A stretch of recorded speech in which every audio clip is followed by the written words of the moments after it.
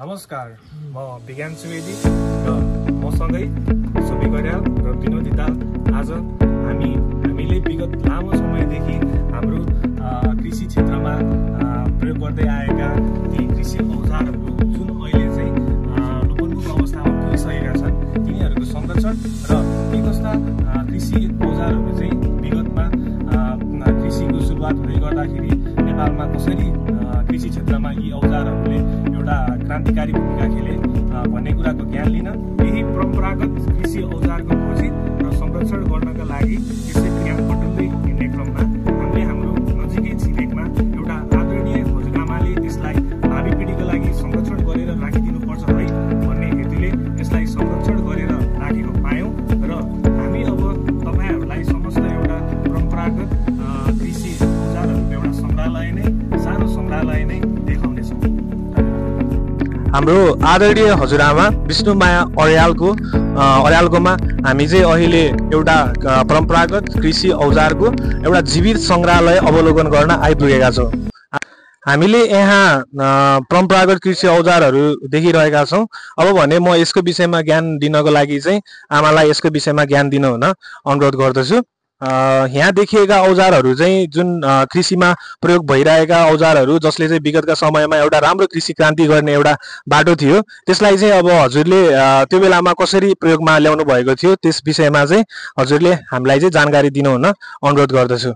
जुन यो मैले हातमा लिइरहेको एउटा वस्तु छ नि, यसलाई चाहिँ के भन्छ र यसलाई चाहिँ के कस्ता क्रियाकलापको लागि चाहिँ प्रयोग गर्नुभएको थियो? यो ठेकीमा दही खनाएर मोथ्ने मदानी। यो मदानी यो चाहिँ ठेकी। यो ठेकी पहिला चाहिँ यसरी परम्परागत रूपमा चाहिँ यसरी घिउ बनाउने मही बनाउने गरिन्थ्यो। अहिलेसम्म नि म बनाउँदैछु। जे होस्, हजुरआमाले चाहिँ एउटा भावी पिँढीको लागि एउटा ज्ञान र एउटा सिप सिक्ने शैली हुन्छ भनेर यस्ता वस्तुहरू चाहिँ अझै पनि संरक्षण गरेर राखिदिनु भएको रहेछ। सो उहाँलाई फेरि पनि धन्यवाद दिन चाहन्छु म। धन्यवाद। आमा, यो जुन मैले देखिरहेको छु नि, यसलाई चाहिँ हजुरले के कस्ता कामका लागि प्रयोग गर्नुभएको थियो? यसलाई भन्न के भनिन्छ? ढकिया यो बाबियलमा बनेको ढकिया हो। यो बाबियै छ भित्र। हजुर। अनि यसलाई फुल टिप्ने भने कतै पूजा जाँदा सरजाम लिएर पूजा पञ्चायत पूजा जाँदा लिएर गइन्थ्यो यसमा। हजुर। यो ढकिया यसको नाम एकदमै प्रयोगमा चलाइराखेको अचल खन्कियो छ। ठिक छ, अब यस्ता वस्तुहरू संरक्षण गरेर राखिदिनाले पनि भावी पिँढीले हाम्रो कृषिमा सुरुवात चाहिँ कसरी भएको रहेछ भन्ने एउटा राम्रो ज्ञान पाउने अवसर चाहिँ मिल्दो रहेछ। सो हजुरआमालाई फेरि पनि धन्यवाद। आमा, यो जुन मैले मेरो शिरमा अहिले उनिरहेको छु नि, यो चाहिँ मलाई यहाँ आएर हेर्दाखेरि अत्यन्तै प्यारो वस्तु लाग्यो। अनि मैले यसलाई चाहिँ जुन जसरी प्रयोग गरिन्थ्यो होला त्यसरी नै प्रयोग गर्ने जमर्को चाहिँ गरेँ। अनि यो चाहिँ खास के हो र यसलाई चाहिँ किन कसरी प्रयोग गरिन्थ्यो होला? अब यसलाई चोयामै बनेको छत्री भने नि भयो, टोप भने नि भयो। यो टोपमा घाममा हिँड्दा ओड्न पानी नि अब कृषिमा काम गरेर जानु पर्थ्यो नि त असार मासे खेत रोप्न। बाग्सीहरूले टोप टाउका राखेर बाग्सी गर्थे। त्यसमा सजिलो आँखामा पानी नपरोस् भनेर बनाएको चिज। अत्यन्तै प्रिय वस्तु रहेछ यो, मलाई नि अत्यन्तै प्रिय लाग्यो। र यस्ता वस्तुहरू जुन हाम्रो कृषिलाई चाहिँ जीवित राख्ने यस्ता वस्तुहरूको संरक्षण गर्न जरुरी पनि छ र हजुरआमाले यति गरेर आज हामीले देख्न पायौँ, त्यसको लागि आमालाई फेरि पनि धेरै धेरै धन्यवाद। मेहरबानी। यसलाई चाहिँ के कुराको लागि प्रयोग गर्नुभएको थियो? गुन्द्री बन्नको लागि बाबु। यसलाई भन्न चाहिँ के भनिन्छ? यसलाई हतासो भनिन्छ। अहिले यो कृषिमा भएको आधुनिकीकरणसँगै अहिले प्लास्टिकका गुन्द्रीहरू भित्रिने एउटा जुन प्रवृत्ति चलेको छ, यसले गर्दाखेरि चाहिँ यो कता कता विलुप्त हुन खोजेको जस्तो लाग्दैन हजुरलाई? त्यस्तै लाएर म फेरि गुन्द्री बन्दैछु। अहिले साल बनिन, पोहोर पनि बनेछु। आमा, जुन यहाँ मैले एउटा यो गुन्द्री जस्तो देखिरहेको छु नि, अलिक फरक ढङ्गको गुन्द्री जस्तो लाग्यो मलाई, जुन चाहिँ अहिले चलनमा चाहिँ खासै मैले देखेको छैन। यसको विषयमा नि केही भनिदिनु न। त्यसको विषयमा नि यो पहिला काठमाडौँतिर धेरै हुन्छ। यहाँ पनि म काठमाडौँको न्यार्नीको सङ्गतमा बसेर 26 सालमा उसले यसरी बनियो भनेर सिकाइदिएर आफै डोरा बाटे आफै तान लाएर बनेको गुन्द्री हो। अहिले यस्ता परम्परागत चिजहरू प्रचलनमा देख्न त मुस्किलै छ नि है। मुस्किलै छ। यहाँ त नेपालमा त बेसरी काठमाडौँमा चाहिँ छ सुकुलहरू। यसलाई भन्न चाहिँ नेपालीमा के भन्छ? सुकुल। सुकुल। यहाँ आउँदै गर्दा चाहिँ मैले एउटा यस्तो वस्तु देखेँ ढुङ्गाको होइन, यो त आजकल खासै देखिन्न। यसको प्रयोग र यसको नाम हजुरले भनिदिनुहोस् न। यसको जाँतै भन्छौँ। जाँतमा दाल दल्दा नि पाइयो, चामल दल्दा नि पाइयो, मकै दल्दा नि। मैले 3 पाथी मकैसँग दलेर ठेला पकाएर खुवाउँथेँ भैँसीलाई। अचल छोडियो, मिल नजिक भए। यसलाई जे गर्न पनि प्रयोगमा ल्याउन सकिन्छ। अझै पनि म चामल 3 पाथी चामल मकुर्याएर दल्छु यसमा। आजकल त मिक्सरहरू छ, मिलहरू पनि छ। मिक्सर हुँदा पनि यसमै मसला यसैमा दल्थेँ। अनि मिलहरूमा लाँदा मिक्सरमा पिन्दा र यसमा यो प्रयोग गर्दाको हजुरले फरक चाहिँ के बताउनु? यसको एकदम राम्रो। मेलमा लाँदा जम्मै त्यो उसले खाने बिजुलीले, घरमा आफूले पिनेको स्वादिष्ट हुन्छ। यसको नाम चाहिँ के हो? हात हो यसको मानी। यो प्रयोग गर्न चाहिँ के कसरी प्रयोग गरिन्छ होला? अनि खोपेको छ, हातो बनाएर ठोक्ने, तल मानी काठैको मानी छ त्यसमा। त्यसको मानी हो मानी। यो यहाँ आउँदै गर्दा चाहिँ मैले ठुलो ठुलो बक्सा जस्तो देखेँ, यो चाहिँ के होला? गोदाम, धान राख्ने गोदाम। धान राख्ने। आजकल त मिलबाट साह्रै के अरे पसलबाट सिधै चामलहरू आउँछ, अब बोराहरूमा राखिन्छ। उनीहरूले ल्याउँछन् खान्छन्। हामी अझसम्म गोदाममै चल्ती छ, गोदाममै राख्ने धानै छ यहाँ भित्र नि। यसमा धान राख्दा चाहिँ के चाहिँ फरक भेटाउनु भयो होला हजुरले? यसमा धान राख्दाखेरि धान पनि काँचो भए पनि राम्रै हुने, नओसिने, राम्रो पुतली लाए नि यतै लाग्छ। घरभित्र पुतली नलाग्ने भन्छ। हावाहरू चाहिँ भित्र खेलिरहँदो रहेछ। हावा खेलिरहन्छ। यसमा त्यही गुणले हामीले गोदाममै राखेको। यहाँ माथि चाहिँ धान राख्ने होइन आमा? त्यहाँबाट बोरा खनाउने मुख राखेर। अनि धान चाहिँ कहाँबाट झिक्ने त नि? अनि यहाँ तल छ नि चापी लाउने छ। यहाँबाट चाहिँ धान आउँछ तल। कृषिमा प्रयोग गर्ने सामानहरू चाहिँ हजुरले यहाँबाट जोख्नुहुन्छ? जोखिन्छ। अहिले त नयाँ तुलाहरू आएको छ, बिजुलीबाट चल्नेहरू आएको छ। यो चाहिँ कसरी प्रयोग गर्नुहुन्छ होला? यसका ढक थिए, ऊ एउटा त ल्याएँ। अझ बिसौली सेर भन्ने थियो हाम्रो उसमा। यो चाहिँ हजुरले कसरी प्रयोग गर्नुहुन्छ होला? यो पनि यही ढक राखेर उतापट्टि सामान राखेर 1 किलो बनाउने। 1 किलो बनाउने यसरी जोख्नुहुन्थ्यो? हस् त धन्यवाद। अनि त्यो अनाउ त्यहाँ ठेडी राख्नुपर्छ समातेर जोत्थे। हजुर। हलो गोरुले तान्ने, 2टा गोरु जुवा लाएर। अनि यसको नाम चाहिँ के हो? यो फलामको हलो त नि। यो चाहिँ हलो? हलो फलामे हलो। यो फाली हो यो। हजुर। यो पंखा, यो काठ हरिस हालेर आनो हालेर जोत्ने। यसको नाम चाहिँ के हो र यसलाई कसरी प्रयोग गर्नुहुन्थ्यो? यसलाई कोदालो खन्ने बारीमा। यो कुटो। यो कुटो भएन? कुटो। यो चाहिँ कोदालो। नाम चाहिँ के हो र यसलाई कसरी प्रयोग गर्नुहुन्छ हजुरले? यसलाई पोतेर राखे, चामल राख्ने भयो, तोरी राख्ने भयो, मकै राख्ने, गहुँ राख्ने भयो, मकै भाँच्नु भयो, बारीमा नि भयो। घाँसे काटेर नि ल्याउँछन् यसमा।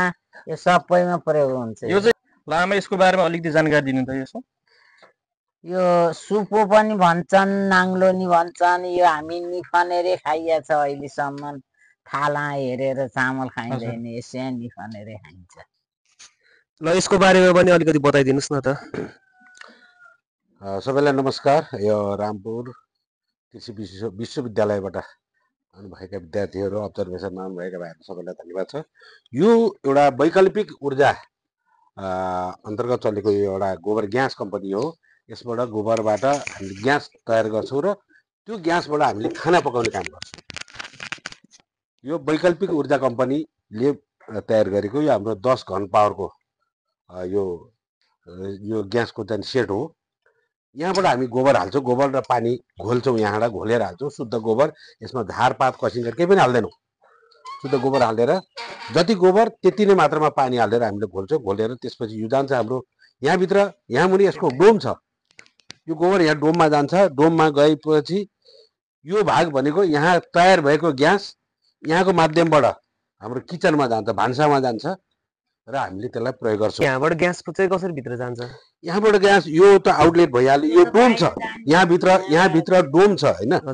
हामीले त्यहाँबाट हालेको गोबर यहाँ डोममा जान्छ। डोममा यो अटोमेटिक सिस्टम, यसको आफ्नै सिस्टम हुन्छ। यसले गर्दा ग्यास उत्पादन हुन्छ यहाँ। र यो भाग छ जुन यो पाइप लगाएको भाग छ, यहाँबाट यो ग्यास यो पाइपको माध्यमबाट हाम्रो भान्सामा यहाँको ग्यास जान्छ र त्यहाँ चुलो छ, हामीले चुलो त्यहाँ प्रयोग गर्छौँ र हामीले पकाउन इच्छालाई के पकाउनु पर्छ भान्सामा सबै कुराहरू यसैबाट हामीले प्रयोग गर्छौँ। दाउरा हाम्रो चाहिँ अहिले यो प्राकृतिक दाउरा भन्नुपर्छ यसलाई ग्यासलाई। अहिले त बजारमा सिलिन्डर ग्यासहरू पनि इन्डक्सन आएको छ, इलेक्ट्रिक इलेक्ट्रिक चुलो पनि इन्डक्सन आएको छ। अहिले यो समयको माग अनुसार विभिन्न किसिमका नयाँ प्रविधिहरू आइरहेको छ होइन। इन्डक्सन चुलोहरू पनि धेरै आएको छ। अहिले हामीले इन्डक्सन चुलो चाहिँ प्रयोग गरेका छैनौँ, हामीले यही नै अहिलेसम्म यही नै प्रयोग गरिराखेका छौँ। यसको अलावा अहिले यो नेपाल आयल निगमले खरिद गरेका ग्यासहरू पनि छ, त्यो जुन ग्यास प्लान्टबाट उत्पादन गरेका ग्यासहरू पनि बजारमा आइरहेका छन्।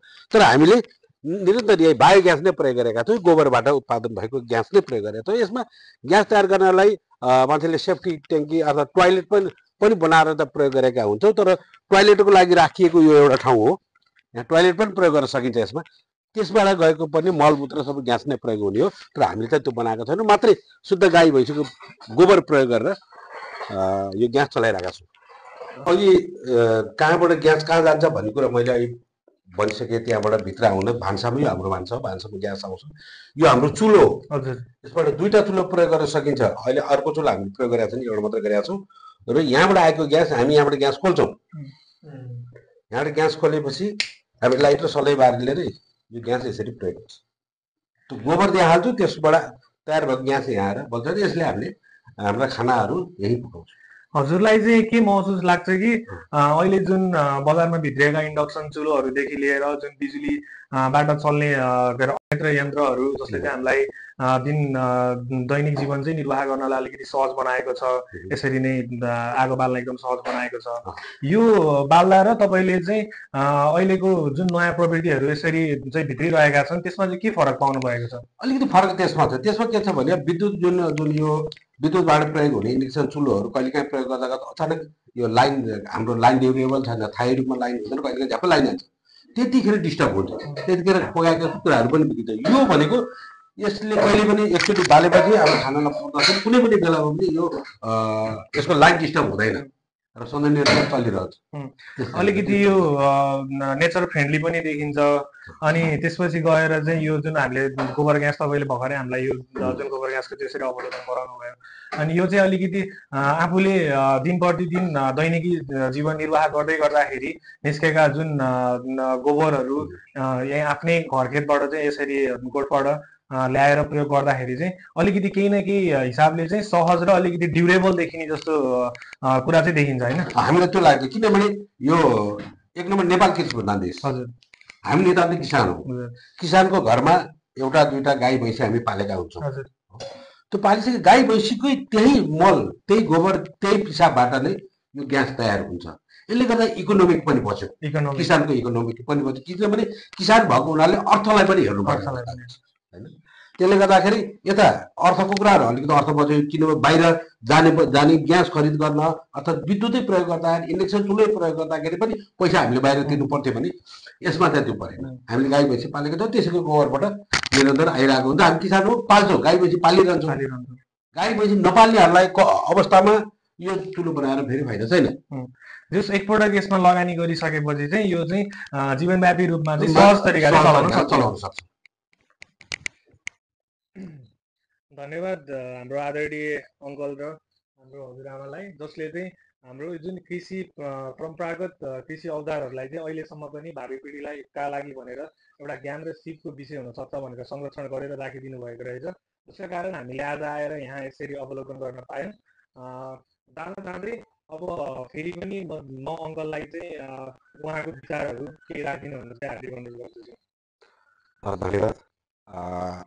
रामपुर स्थित कृषि तथा पशु विज्ञान विश्वविद्यालयबाट ब्याचलर्स पढ्ने भएर जुन यो एउटा अवलोकनमा यो पुराना चिजहरूको कृषिमा प्रयोग हुने पुराना चिजहरूको जुन अवलोकनमा आउनु भएको छ र संरक्षणको अवस्था, यसले चाहिँ भोलि के गर्छ भने हाम्रो अवस्था के रहेछ त, हाम्रो जीवबाजेहरू कसरी आउनु भएको रहेछ त भन्ने कुराहरूको शिक्षा पनि यसले दिन्छ। शिक्षामूलक कार्यक्रम जुन योजना तपाईँ लिएर आउनुभयो, ग्यासको बारेमा, हलोको बारेमा जुन कुरा गरेर आजको बच्चाहरूलाई हलो भने के हो, कहाँ हुन्छ भन्ने थाहा हुँदैन होइन। दुध खान पर्यो भने दुध कहाँबाट आउँछ भन्दा डेरीबाट भैँसी के हो, गाई के हो थाहा हुँदैन होइन। यस्ता कुराहरूलाई चाहिँ जुन यो जुन यो योजनाले यी बच्चाहरूलाई भोलिका पिँढीहरूलाई पनि हाम्रो चिजहरू यस्तो रहेछ है त, यसरी प्रयोग गर्नु भएको थियो, यसले यो काम गर्दो रहेछ भन्ने कुराहरू जुन चेतनामूलक कार्यक्रम ल्याउनु भएको छ, यसमा चाहिँ धेरै धेरै धन्यवाद दिन चाहन्छु। अनि हजुरलाई चाहिँ अब यो कुराहरू चाहिँ अब हामीले जसरी तपाईँहरूले हाम्रो लागि भनेर संरक्षण गरेर राखिदिनु भयो, यो पनि अब हामीले भावी अब आउने पुस्ताहरूको लागि भनेर संरक्षण गरेर राखिदिनु पर्ने चाहिँ एउटा जरुरी देखिन्छ होइन? जरुरी देखिन्छ, किनभने यो इतिहास हो। अब भने के अरे यस जुन कृषि परम्परागत औजारहरूको ज्ञान बटुल्ने क्रममा हामी यसरी आइपुगेका थियौँ। अब भने फेरि पनि जाँदा जाँदै हजुरआमालाई विशेष धन्यवाद दिँदै म विज्ञान सुवेदी, म विनोद धिताल, म सोभी गरे यहाँबाट बिदा हुन चाहन्छु। हस्, धन्यवाद।